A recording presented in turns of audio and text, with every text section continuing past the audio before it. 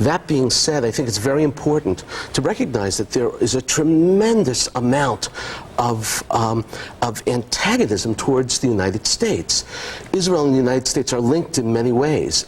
The United States is the arch demon for fundamentalist Islam. There's no question about it. Anyone connected to that, anyone connected to the United States, also becomes a part of that demonization. Yeah. Israel is a part of that. The Jewish people are a part of that also.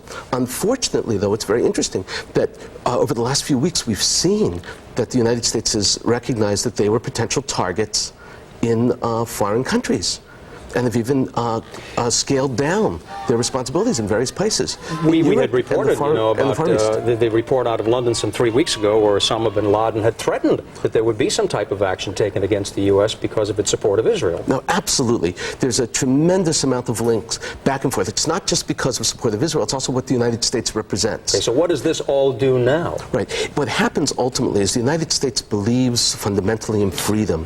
It believes in the objectives of democracy. Israel is connected to that bond, both historically as well as politically today. The street runs both ways, and as a result, the United States is a potential target, not because of its relationship with Israel, but because of what the United States represents. Mm-hmm. And that's very important. Israel also represents those issues. Hence, we have the celebration throughout certain places of the Middle East. How is this all going to be handled when you go back home, when you go to Israel, in the press, by the people? Well, it's very interesting, actually. There are a lot of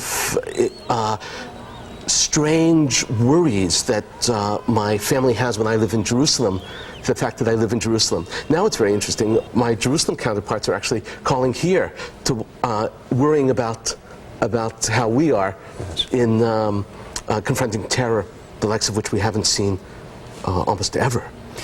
We want to thank you very much for joining us today. Micha Halpern, a political commentator from Jerusalem who just happened to be here in New York. Your observations on what you have experienced here today and perhaps what will happen next. Thank you very much. Thank you. Safe journey home. Yes.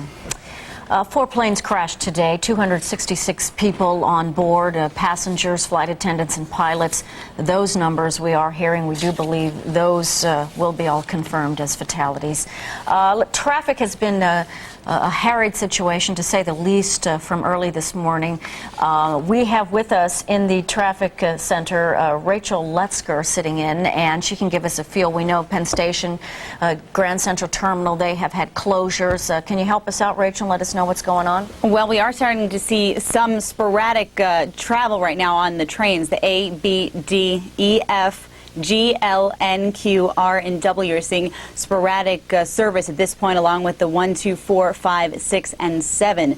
So we are starting to see some service resume, but again, it's quite sporadic at this point. Q Express is not running, so you can keep that in mind. Also, Amtrak has resumed running on the Northeast Corridor between D.C. and New York at this point.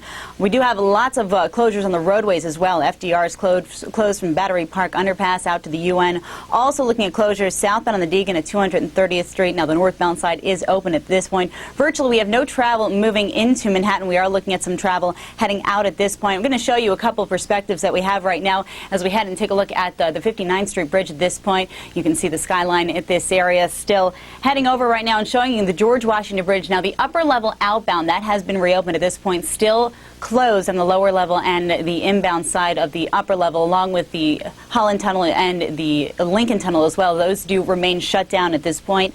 We'll take a look looking from the Empire State Building as we head out to another view of the area at this point. Also taking a look from Staten Island, another perspective of the skyline. Certainly not going to look the same from this point on. And as we take a look right now, showing you things as we move out along the Belt Parkway to JFK. You're looking at traffic heading towards the Van Wyck Expressway there. Very slow at this point as folks tried to head to their destinations at this point. Also along the New Jersey Turnpike out by Newark Airport, again, you'll notice no airplanes on the runway through this area, along with all the other airports throughout the area. Service there not resumed until at least 12 o'clock tomorrow afternoon. And as we also show you things moving along the Grand Central Parkway out by LaGuardia, same deal here. Again, no air travel throughout the country at this point. Also looking at a perspective heading in from Giant Stadium at this point, taking a look into Manhattan at this point. We'll also show you things moving along the Grand Central Parkway, a very heavy ride as folks are heading to Queens on the Grand Central Parkway here. Also continuing to deal with some closures. We do have some service service that is working right now. The ferries in the New York waterway, we are starting to see some service heading New Jersey bound if you are heading that way. Again, southbound on the Henry Hudson closed by the Henry Hudson Bridge at this point.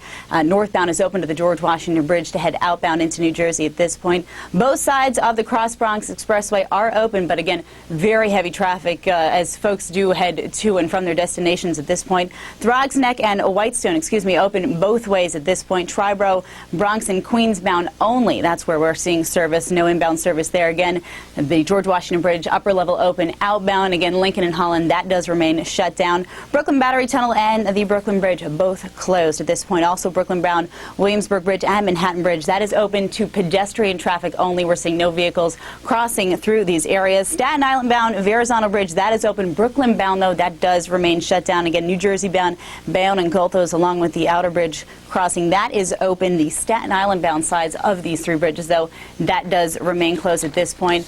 And on the LIRR, we are seeing limited service eastbound heading out of Penn Station, just very limited service at this point. Also westbound on the LIE shut down heading into Queens, westbound Northern Boulevard. Also closures through this area from Glen Clove Road out to Lakeville Road. This is due to emergency vehicles trying to gain access to the hospitals out in Long Island. So certainly trying to get folks some help through these areas as well. Northern State Parkway shut down at the Queens line along the Southern State Parkway at Meadowbrook. So certainly try to avoid these areas at all costs at this point. Eastbound 80 express lanes closed at exit 62. The local lanes shut down at 95. Westbound sides closed at exit 4 at this point. Northbound on the New Jersey Turnpike is open now north of interchange 11. Now the east and western spurs also have been reopened, but northbound 95 and eastbound on the Newark Bay extension, that does remain closed at this point. Southbound on the Palisades Parkway closed at exit 2. Also eastbound Route 4 Jones Road shut down. Eastbound Route 46 at 5th Street, and along with eastbound Route 3 at the New Jersey Turnpike as well. Northbound routes 1 and 9 closed at the Pulaski Skyway, along with Route 7. That is also shut down at the Whit-Penn Bridge. We do have numerous closures. Again, service just beginning to resume on the trains and lots of service heading out of Manhattan, but again, still no service moving into Manhattan at this point. Back to you. Thank you, Rachel. It is 5 o'clock on this Tuesday, September 11th, 2001, a day we'll never forget in New York's history, in this nation's history. So much going on, of course. We have our reporters out on the field. Vince Dementri is joining us right now. He is live in Lower Manhattan with an update as to what's happening there at the moment. Vince? I can tell you I've just been a place that I have been to that, frankly, no firefighters want to go to. Behind me, you see burning 7 World Trade Center. I didn't know it at the beginning, at the tape you're about to see. I didn't know it was a 7 World Trade Center, but I know it now coming back. A 4-block radius has been cordoned off because fire officials expect that building to collapse. I've been within 10 feet of that building within the last 15 minutes. I've been as close to where no one wants to be. Take a look.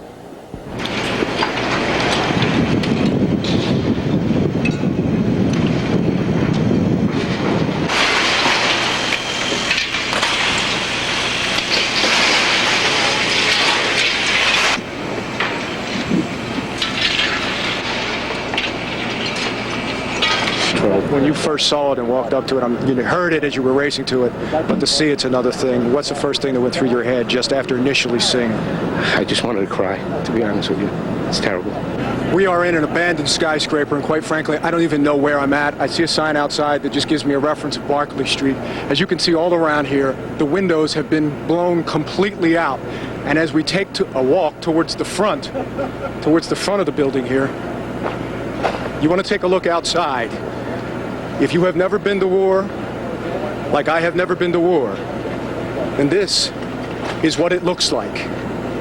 We don't know what that building is. We don't know where this building is, but they're obviously on fire.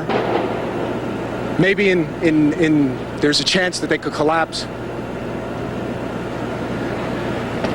I've been on this earth for 37 years. I've never been to a war, but I can only imagine that this is as close as I've ever come. It's an unbelievable sight. I've never seen something like this, and I'm 20 years on this job. This is the worst I've ever seen it before. It's unbelievable, the devastation. We got burnt cars. We have the top of the World Trade Center toppled onto the street. We have possible. We don't know how many people are missing right now. We don't have that number yet, but I'm sure that there is. I've heard reports that there are just bodies littering the street. Well, there's reports of people trapped inside the building, but we haven't, we haven't gone. We can't go in yet until the fire's under control.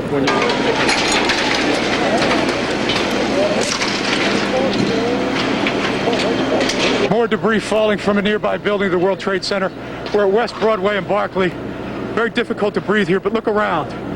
This must have been ground zero where this thing blew up.